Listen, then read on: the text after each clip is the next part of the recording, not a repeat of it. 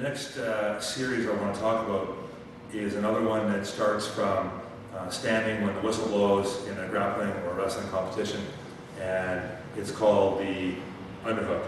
So effectively what I'm going to do, instead of being in a collar and elbow situation, I'm going to have one hand and it's going to go underneath the other guy's armpit, and it looks kind of like this.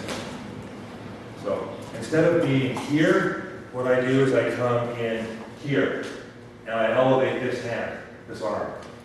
And what this does is it opens up this whole side of his body, and it allows me to be very close here so that it's much easier to get a leg tap. Most of the time, what we see people doing when they're grappling is they're out here like this and they go, oh, that leg seems really far away, how do I get to it? And lots of times we talk about lowering our level, and we talk about big penetration steps, and especially for big guys, what I'd much rather see is I'd much rather see my feet being right here instead of being right here. And so my favorite way of getting my feet right here is to make contact with my opponent and then come inside, get an underhook, and then I'm right here. Right here.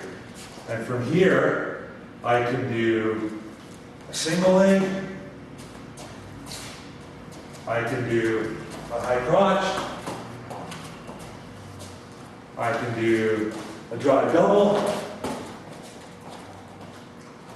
I can do basically any attack I want from that underhook position, and I'm very close to my opponent, which is very, very important from a wrestling perspective. So, the first thing I want to talk about is how do I get my underhook. So let's assume that all grapplers are going to start like this. Okay? The first way I'm going to get in is I bump this arm like this, I step in here, and I come here. Perfect.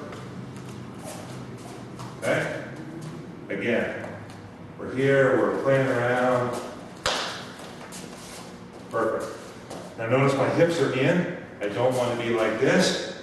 The object is to get my feet close to my opponent, and depending on what I'm doing, I might want my leg inside here, I might want it here, but what I always want to do is control this knee.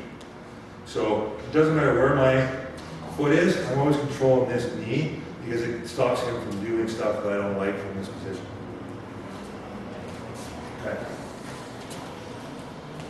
The second way to get into an underhook, also from a collar and elbow, is a little thing that I do called the shoulder dip. Okay, and it's kind of like a little S. So what it looks like, he's here, and his elbow here is stopping me from getting in. So what I need to do is I need to get underneath his elbow, and then come around. So his elbow is stopping me from getting in. And what I need to do is I need to get this elbow up over here. So what I do is I move it like that, I move my shoulder, and then I'll come around. So in real speed, it looks like this. We're here, we're playing around, in.